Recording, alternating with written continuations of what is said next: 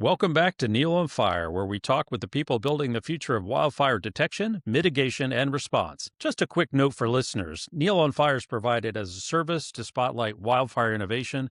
I am not paid for this podcast. Today, I'm excited to talk with Martin Hofmann, the CEO of HOZE, that's HOZE Solutions, about their innovative water-saving technology for wildfire suppression, as well as another thing that they have to offer, which is pretty interesting. Martin, welcome to the show. Well, thank you very much for having me. To start, for people hearing about HOZE Solutions for the first time, how do you explain what HOZE Solution does and what problem are you trying to solve? So the main problem we're solving is the lack of resilience in wildland-urban interfaces. And so we're based in Europe, and we have regions that know wildfires, that have known them for very long, and we have regions that have been unaffected until now. And so in both cases, we see a need for experts to help the population get ready for the wildfire season. Let's talk about FireFence. This is really what was intriguing to me. You describe it as a scalable, unmanned, ground-based containment system. What does that actually mean in practical terms, and what's the impact on water usage? Yeah, so I mean, maybe I can circle back a bit to the origin. I met my co-founder David when we were both in a hotshot crew in Greece over several years, and we regularly encountered the same problem, which is that we ran out of water. So you might think hotshot crews don't use water, but in Greece we very rapidly relied on fire trucks and other sources of water, and we usually would run out of water. And so we started looking into how can we reliably have the biggest impact with the limited water resources we have. And so the FireFence system is essentially replicating aerial drops on the ground. So think of a Canadair flying above you, dropping water. The FireFence will replicate exactly that wetting effect on the ground over long distances. So essentially it's a soaker hose that has been optimized to deliver water over long distances and in critical amounts to ensure that we can slow down or contain a fire front. So, if I understand you correctly, you and your co-founder were hotshots, and you kept seeing all of this water that was being used, wondering, how can you improve the systems to make it more sustainable, use less water? Because obviously water is not a limitless resource. So together, you decided to build this system and create it from scratch. And I'm sure you went through many iterations of it. And how long was that process from when you had this great idea to what you're delivering now in FireFence? So we've been actively working on this for more than 5 years now. So we started in the field trying to improvise with the tools we had, and then started working with academic partners. So the University of Coimbra in Portugal, doing experimental fires, doing real fire tests in the field. And now we're starting to install the system to protect large perimeter assets. And so we see progress, and maybe that is the core problematic, I think, of everybody who's working in this field is testing on real incidents, or at least near real intensities. And so we decided to use prescribed burns as an experimental platform. So we tag along the civil protection, mainly in Portugal. When they do prescribed burns, we install our system ahead of the fire front, and that creates exposure to fire, and that makes us learn a lot about the usability of the system and the operating window of the system. And currently there's no reference tests for ground-based or aerial equipment that is used in firefighting, and that's what we're also trying to change with this, create awareness for the need of reference testing. Let's talk about FireFence for a moment. So, what is the secret sauce here? Is it in the hose itself? Is it in the nozzles that are distributing the water? A pump system? Where exactly do you feel like the IP is that makes this such a unique solution? So, because it was born during operations, I would say the key differentiator compared to state of the art, which is essentially holding a nozzle and pointing it at a fire. The uniqueness of the system is that it is unmanned. So once it's installed, the crew can fall back to a safe position, and you can still have an effect on the fire front. The key sauce, as you say, is really in designing the water flow through the system. We have in all long distance water pumping systems, we have the problem of pressure drops. So our design allows us to treat 800 meters in a single go before we need a relay pump.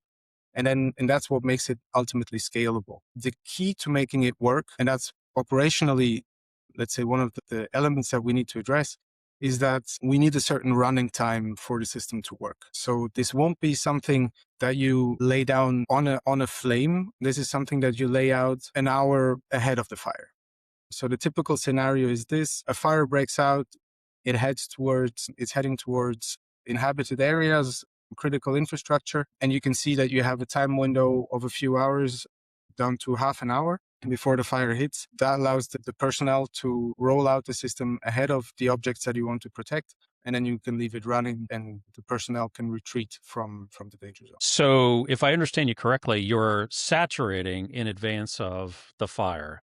So are you using more of a atomizing technology as opposed to streaming, I would imagine? That's correct. So it really comes down to the droplet sizes that come out of the nozzles. And so we've designed the system so that we have droplet sizes that are big enough to remain close to the system, and parts of the water flow that will be drift prone. So that will essentially travel where the wind is taking it and where, by definition, the fire will go. So we really saturate a large corridor with critical amounts of water or retardants. We can add retardants. And that is also what allows us to tackle the problem of embers. That is really when we see these high intensities, the fire propagates also through jumping fuel breaks. So these what we call passive obstacles to fires, we can now enhance their effect by adding moisture in the air that will follow the same trajectories as the embers. So the embers will encounter that moist air, and that is how we can mitigate to some extent the propagation through embers with that kind of system. So two questions. The first is, are you able to adjust the droplet size on a real-time basis depending on what the need is? Currently, we can adapt the droplet size through chemistry. So that is by changing surface tension of the water and retardant mixture that we use. So once it's flowing, currently we're not adapting the droplet size, but you can, looking at the different scenarios that you have ahead of running the pump, you can adapt that if you want more dribble behavior or more immediate kind of wetting where the hose is. And is it a closed loop system where you're able to bring in hygrometer type of readings, or, assess just how wet things are and determine what levels of saturation you should be achieving? Yep, correct. So the first phase of the development was in fact in a wind tunnel. So we put this in a wind tunnel and expose it to strong crosswinds, so that we now know, based on weather parameters, where what the water distribution will be. And then we have sensors integrated in the system. Mainly it's about the pressure, but then it's also the weather parameters in the vicinity, so that we can, simply by looking at, let's say, a handful of readings, realistically know where the fire will go. So is there some kind of an app? Is there some kind of control that, say, a firefighter would be able to use to change the intensity of the water stream or what have you? How does that work? Yeah, so our experience now is that, especially in Europe, where we're operating, the fire services usually already have very strong dashboards. And when it comes to that, include fire simulation programs. And so what we want to do is essentially get our intelligence layer built into those platforms. We're not generating our own kind of interface. What we have is a platform that looks at various parameters that will define fire line intensity, or an expected fire line intensity, and that dictates how long the system needs to be running for it to effectively contain that front. So essentially the user draws a line, typically that's following a road or a forestry path, and then the output is a running time, so that the user can try out different scenarios. So can I hold it along this mountain crest, or And then you find out that it would need to run too long. So you go to the next layer, or here's a road, and then that's a realistic time to set it. What does deployment look like? Is it, I'm imagining there must be some kind of a large reel, and once you get to the site, it automatically gets pulled out from that reel and deployed. How does that work? Yeah. So currently we always used pickup trucks during the deployments that we've had, and it's indeed it's a big reel. So it's relatively small diameters that we use. So it's not as impressive as you might think in terms of logistics. We're looking into various ways of actually using robots to do the deployment. There's a few interesting companies in Europe and also in America building systems that would allow for this. And so, yeah, essentially it's any platform that drives at walking pace, and then you pull out the system, and then there's different ways to install it. So it's not laid on the ground. We need a certain elevation above the fuel. So that's when during deployment, currently we still have human deployment. So you really will look for physical features to attach it. Gotcha. So, from your research, like for like, current technologies around water versus what you're doing, you have a sense for percentage wise what the savings is in using your tech? Yeah, absolutely. So it's really orders of magnitude. So if we're looking at a typical fire truck today, in a wildland fire truck in Europe will have somewhere between 2,000 and 4,000 liters of water. And that, depending on the fire line intensity and the way it's used, will be spent fairly rapidly. What we say is that with one fire truck, we can treat up to 1 kilometer in even more than moderate fire line intensities. You really get to do much more with the same amount of water that is available in operationally relevant kind of volumes. So it's orders So, of magnitude. yeah. So, you're treating in advance of the fire.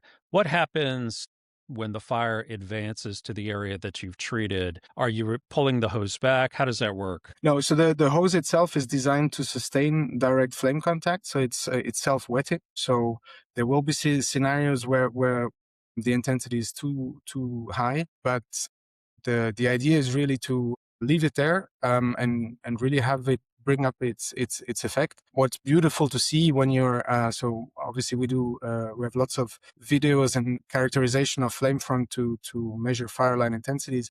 You really see the spray first being driven by the wind, and then as soon as the fire approaches, you see the suction of the fire pull in the moist and cold air that is produced by the system. So you really see this dynamic shift. So you really have this entrainment. And then, so in the experiments and the deployments that we've done so far, you really see the fire losing its intensity as it approaches the system, and then the vegetation is so soaked that it stops. Now the highest fire line intensity we've encountered are roughly 8,000 kilowatts per meter. So that is already way above what you can treat simply standing in front of it. And so we're talking 30 feet flames in Portugal. There will be fire line intensities that are too strong for this, and same goes for crown fires. That is not a scenario that we expect to treat with that kind of system, and that is also something that needs to be told to the practitioner. So it really is something that works in combination with the right type of vegetation. We've talked primarily about vegetation. You did mention critical infrastructure early on. Is this used for structures at all, or for other areas outside of vegetation, or solely for vegetation? So currently it was really solely for vegetation, but through two European projects we were involved with, we got to meet various stakeholders in the wildland-urban interface. And those discussions now ended up with, let's say, seasonal installations or deployments of the system to protect large perimeter assets. So typically solar parks. That is typically an area that has controlled vegetation and has large perimeters. So for current systems that would have the same vocation to stop a fire or to protect an asset, this would be huge water reservoirs that would be needed. Again, with the proven efficiency and the resource efficiency of our system, we can reduce the tank volumes that are needed for this, and that has a lot of trickle-down effects. So typically large water reservoirs, you would have more rapidly problems with water fouling. So shrinking these volumes is really what is going to be a game changer in uptake of those systems. And so this is something that we're now looking more and more into to have it installed fixedly for installations. We primarily talked about ground-based solutions. Does the same technology and the same approach work, or can it be applied for aerial systems? So again, what we see as a what is very surprising is when you think about it, is the lack of proof of efficiency of any water carrying appliance currently in wildfire scenarios. We know how much water is released from aerial means, be it planes, helicopters, or drones, but we don't know how that water actually gets underground in a realistic scenario. For airplanes and helicopters, we have these studies on wetting patterns, but those are done with low wind, flat terrains. So how does it look when we're looking at steeper topography and higher evaporation rates in real fire weather? So we don't really know what happens when an airplane drops water in a wildfire scenario. And so what we want to push is to really have these reference protocols to validate critical amounts of water to be deployed. So in that sense, what we can do with our hardware is replicate aerial drops and then verify that it would have worked by igniting in fire and letting it progress towards the system. So in that sense, we believe there is definitely an overlap with aerial means and their operations. And what we also can do is deploying the system using helicopters. This is something that is being done regularly. So you hook up a long line of hose under a helicopter, and that helicopter will deploy it over a long distance. This is one other way of deploying our system. You mentioned using retardant as well as water. And practical experience, the use cases that you have so far, have they been more water or retardant based or a combination of both? So for now, it's been mainly water, because when we're looking at the civil protection, they're not currently using retardants in Portugal for prescribed burns or the summer scenarios. So for now, I would say 90% has been purely water. What we do see and what is really interesting is a shift towards more environmentally friendly formulations. What we're doing with companies in that space is primarily looking at whether those retardant formulations are compatible with our system when it comes to corrosion. That is one of the big topics. So we first want to look into that before really using it on large distances. But when it comes to seasonal installations and the protection of critical infrastructure, so again, the solar parks, that is where we anyway will be looking into ways to protect the water again from fouling and all sorts of effects in the reservoirs. So that's when we most probably will use chemistry in the water. You mentioned being part of the European Space Agency program. What technology does that involve? Is it primarily FireFence, or are you looking at other approaches as well? Yeah, so the tool I mentioned that allows the user to draw a line and then get an operating window for the system, that is something that we developed in collaboration with, or in the framework of this program from the European Space Agency, because we need to retrieve data that allow us to simulate the fire line intensity. So we're looking at the topography, we're looking at the vegetation type, we're looking at the vegetation health. And so that's how we started interacting with essentially remote sensing data and the analysis of remote sensing. And now with the installation around large perimeter assets, we're actually looking more into risk profiles using remote sensing. And that's still in the framework of that European Space Agency program. I understand you have another innovation called the Defensible Space Viewer. Tell us a little bit about that and how it fits in with the other work that you're doing. Yeah, so this is really something that emerged again during those interactions with the stakeholders in the wildland-urban interface. There has been really two key moments in this. In France and Greece adopting laws that force asset owners to hand in risk assessment reports, or essentially reports that prove that they have done their homework in terms of defensible space. Now, it turns out that for asset owners, it is sometimes even relatively tricky to know how far does a 50-meter zone extend beyond my home.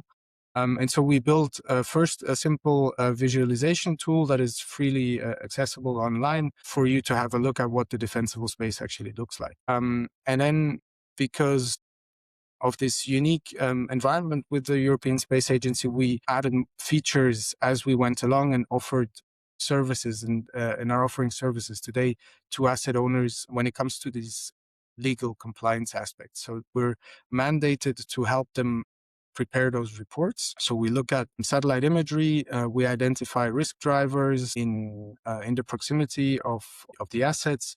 We look at, again, all the drivers that will define an expected fire line intensity. We look at the overlap with neighboring plots. In some cases, you will be responsible for clearing vegetation that's on your neighbor's plot. So you need strong base to engage with neighbors. And in fact, now in January, we just started a new program called Kickstart with the Space Agency, where we will focus heavily on machine learning, where we are labeling risk drivers in the proximity so that we can really automatize this process and make it much quicker for all asset owners to get ready. So, beyond the insurance implications, because this is a mandated requirement, what's the impact of someone not doing this, not creating defensible space on the property? Is there something that happens at a governmental level that could be fines or other potential penalties? Absolutely. So fines have already been issued in Greece last year when it was implemented for the first time. Same goes for France. And we see more European countries move towards these legal frameworks that really force asset owners to do this. So currently,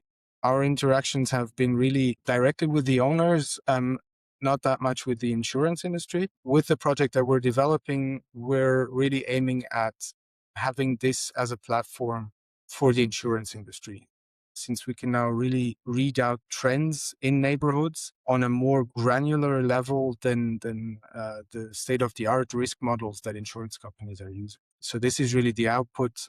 So maybe we can catch up in the summertime, June, July, and we can look at what the tool will look like by then. Yeah, it seems like defensible space is really a combination of carrot and stick. It's incentives around insurance, but really, in the case of Europe and maybe increasingly around the world, it's the stick, which says if you don't do this, you're going to be penalized. And it's taken quite a long time, I think, for a lot of people to get on board with this. And certainly when it comes to their pocketbook, either their policies going up significantly in price or the prospect of getting penalized by the government, which of course means if they're in that situation, they're probably not going to be able to get insurance anyway. That leads to high compliance, I would imagine. Yeah, so we see very different, those that differs sometimes from region to region within countries in Europe. Sometimes insurance is obligatory, so you will anyway have some sort of cover. So that is when I think only having these